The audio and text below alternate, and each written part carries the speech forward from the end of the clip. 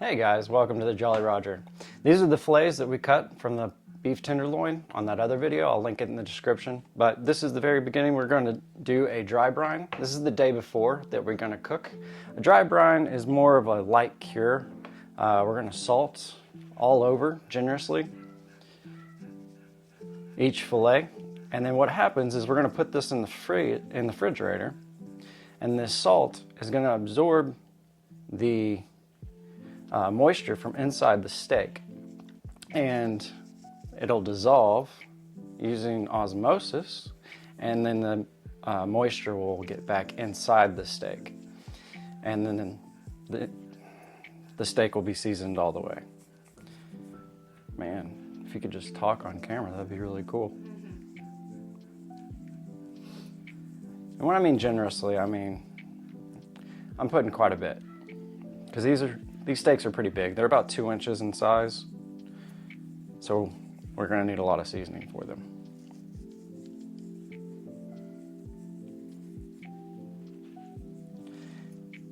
The rest of the seasonings, other than salt, will be applied right before we cook them. So in case you're wondering where the pepper is and all that good jazz. A little bit more. All right, there we go. And then we're going to put these uncovered in the fridge overnight, and then we'll check back tomorrow when we go to cook them. All right.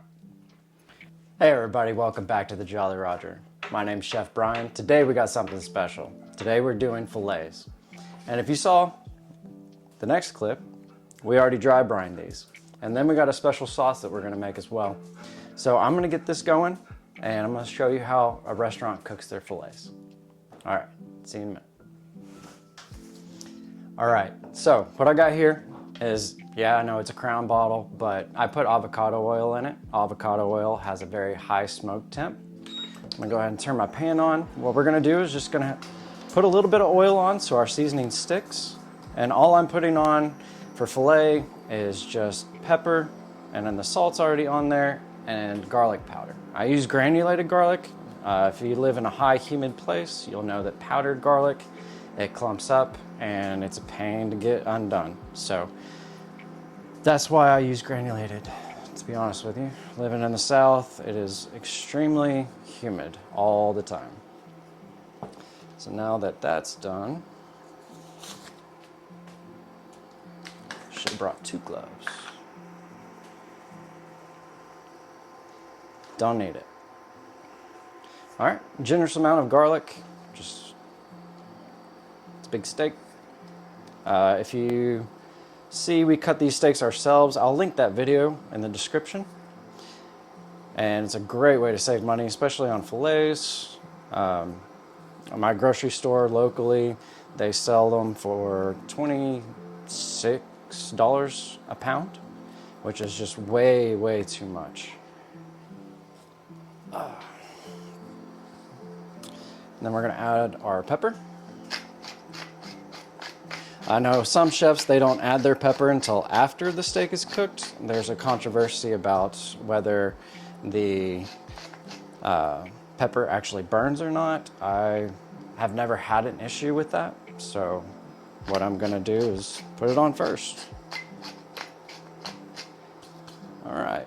Now that my pan is heating up, I'm going to bring you back. I'm going to put you overhead, and that way you can see it. And I'm going to wash my hands since I touched raw meat. I'll be back in just a moment. All right, now my pan is heating up. I got you above. I'm going to go ahead and put in my oil. Hopefully you can see it sheen, because that oil is going to hold the temperature. And with a induction burner, if you move the pan, it is going to turn off. So doing that little swirl deal, it's just to get the oil coated evenly. I'm gonna check my temp. We're almost there, actually. We're pretty good. And this way of searing, we're looking for a great Maillard reaction. That's just a caramelization of the sugars on the outside. There we go. And I'm using a non-stick pan, which you can use any pan you have. We're gonna do all 5 at one time. After we're done searing these steaks, I'm gonna put them back on the rack and I'm gonna finish them off in the oven. My oven is set at 350 degrees. And we're gonna not go by on time, but by on temperature. I'm looking for a medium rare, which is about 125 to 130 degrees internal temperature. And we're gonna get that going.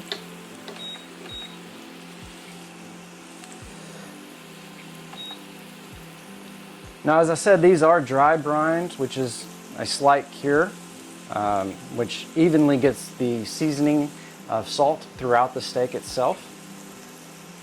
We're gonna sit here and babysit these for just a few minutes.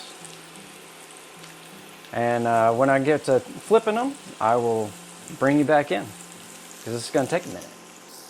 All right, it's about time to flip. So I'm gonna take this. You see this crust that we're building up right here? That's your Maillard reaction.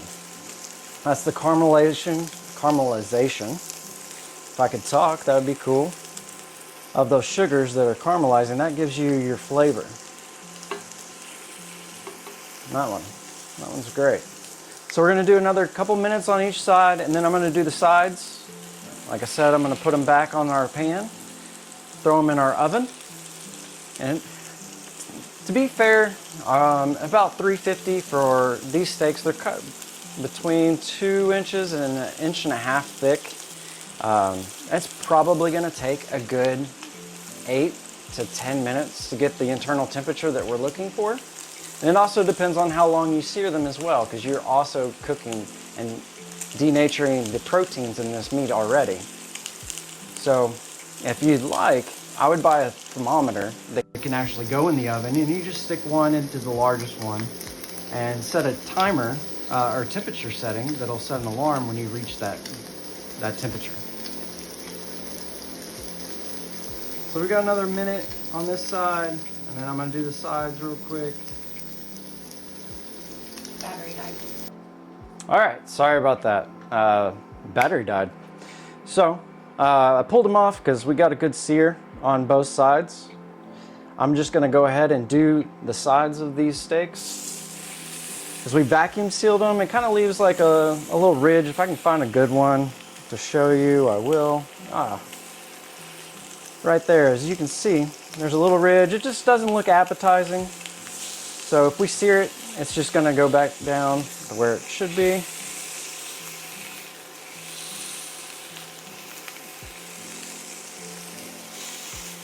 And then throw them back on the tray, put them in the oven, get our thermometer out so I can show. One thing about cooking your steaks in the oven, or any method, is you're gonna have what's called carryover cooking. And that carryover cooking is gonna cook your steak after you pull it out for a good 7 to 10 minutes. And that's why you always let your steaks rest. That's very important, because if you pull it out immediately and cut into it, then your steak is just, all the juices and what makes a steak great is just gonna come right out of it.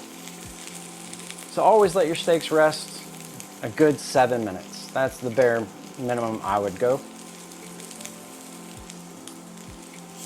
I'm gonna get these last 2 done, throw them in the oven, and when these are done, we'll pull them out.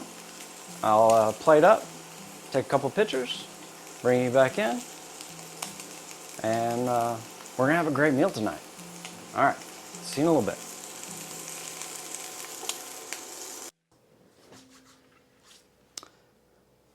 All right, as you can see, our steaks are seared. They're ready for the oven, so I'm gonna drop those in. We're gonna get working on our sauce. Our sauce is actually a really good one. It's the steak Diane sauce. So let me get these dropped in, and we'll get to the sauce making. All right, guys, welcome back. Today, we got black pepper. I didn't have enough heavy whipping cream, so I'm using a little half and half to simplify that out. And we have brandy. This is the key component in this sauce. I buy the cheapest brandy I can get. I don't drink this. I do drink brandy, but not this version of it. So this is a great cooking one, and it's not expensive. Let's get this pan going. I'm using the same pan that I just used to sear the steaks. and I'm gonna set my temperature at 300. We don't want to, when you're cooking dairy down, you don't want to let it sit and in a hot pan for real long periods of time, because you will scorch and burn your dairy products.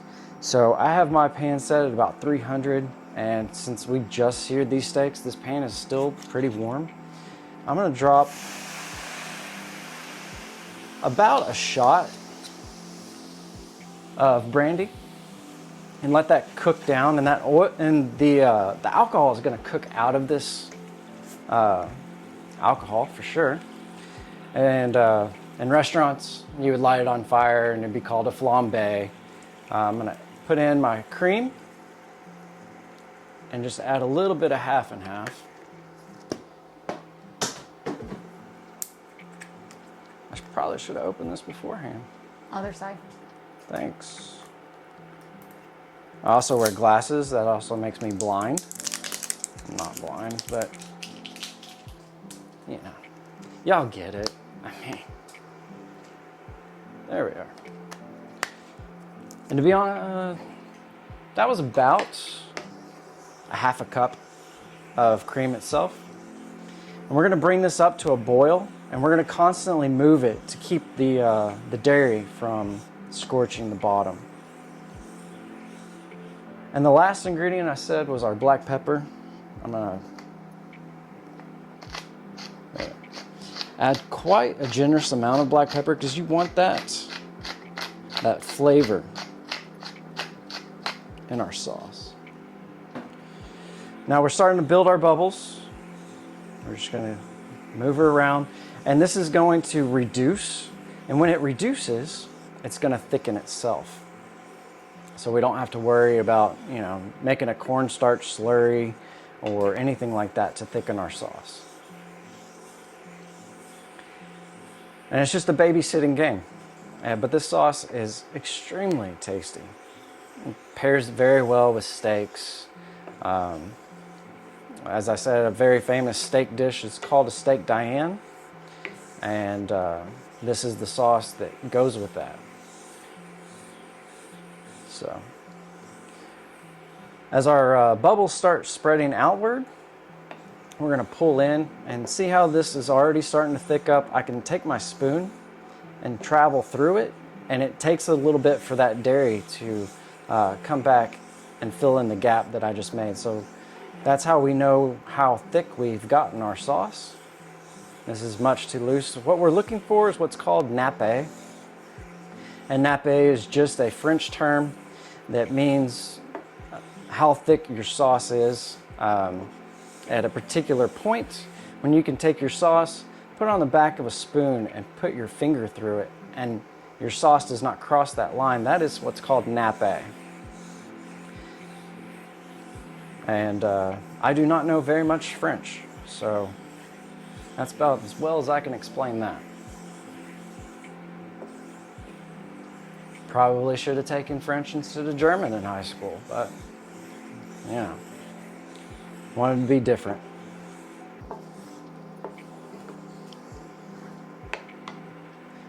All right, everybody, our sauce is now done. I will show you that nappe trick. You take it off the heat, and you have to remember, when it cools, it's also going to thicken as well. So we just take that. See how our sauce does not bleed through into the next part? That's your nappe. And that means that your sauce is thickened to the right texture. So I'm gonna let my sauce sit. We still got a few minutes left on our timer for our steaks. I'll bring you back. Okay, sorry, I thought my wife wanted to say something. So, I'll bring you back and we'll get to plating. You have 40 seconds left. On what? The steak. Oh, okay. You said a few minutes, and I looked at the clock and I was like, nope. All right, got our steaks out. And I'm gonna be honest, my oven's not that great. I have a heating element issue. So my steaks took about 14 minutes. So for you, definitely check at about 10 to 8, somewhere around there. especially if you bump it up higher than 350. You don't want to overcook these, they're expensive. So I got my plate here. I'm going to put you overhead. I'm going to show you some plating techniques, I guess it's plural. We're going to start with our sauce. We're just going to sauce the bottom. My wife made some asparagus and red skin potatoes that we're going to use to garnish with. And go ahead and grab a steak. I'm going to cut it. And we let these steaks rest for good about 7 minutes. And I'll show you. Oh, that's perfect.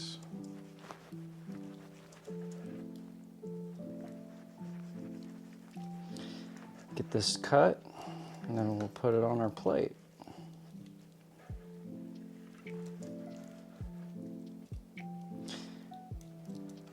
And a lot of times what I like to do is to show the inside of our steak.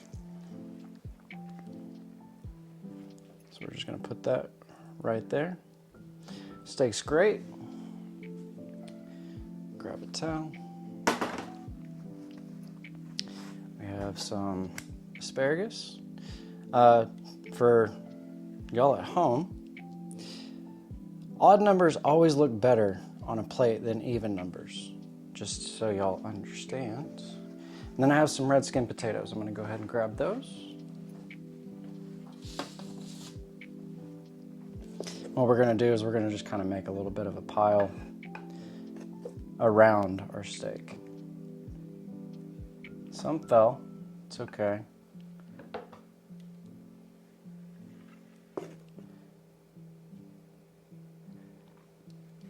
And there we have it.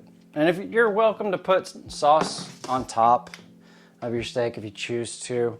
A lot of chefs, especially traditional French cooking, they always put their sauce below. So what we're gonna do, I'm gonna take a couple pictures, and then I'm gonna have my wife come in and we're gonna do a taste test and let you know if it's good or not, and it better be good. All right, see you in a minute. All right, everybody, we got everything plated. Took a couple pictures for the thumbnail, and we're gonna go ahead and taste it. So, take a little bit of the steak, make sure we get our sauce. Yeah, no, it's not great cutting on slate.